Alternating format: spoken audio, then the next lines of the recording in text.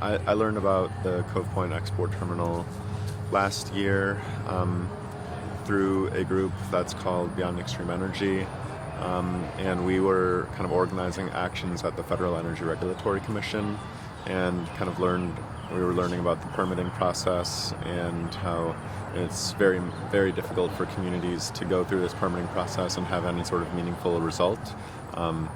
The FERC permitting process is basically set up to facilitate the industry getting their permits and getting their projects underway. And one of the projects that we first learned about when we were working with FERC last year was the export terminal at Cove Point, being run by Dominion.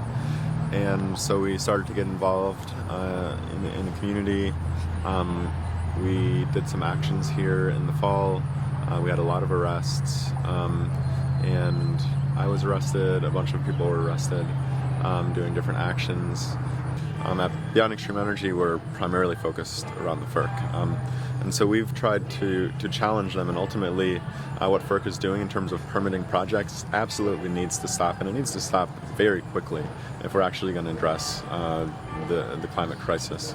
And frankly, just look at the immediate impacts that their projects are having on communities and people's lives and the health of children, the health of communities along the pipeline routes next to these facilities. It's really horrifying. It's really disgusting what they're doing, and they don't acknowledge it. And so we go into their meetings every single month to disrupt. We bring up basically all of the stuff in the meetings that they don't want to acknowledge and talk about, and then they drag us out of the room. And they keep talking about their industry stuff and how they're going to be more friendly to the industry.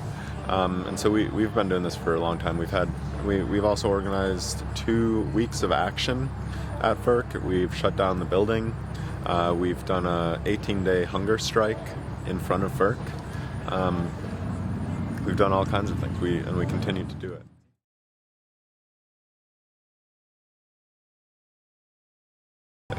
We have to be creative and think strategically about how to do things, and there are no answers. I think we need to challenge directly the power structure and the status quo, and that means doing more than going through the channels that they have set up to make change, because those channels obviously don't work.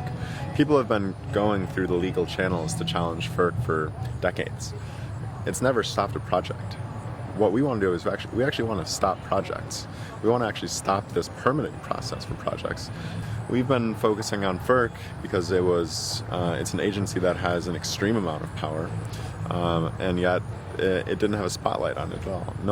Hardly anyone talked about FERC, really even knew about FERC. So one thing that I think we've started to accomplish with this work is to shine a public spotlight on FERC.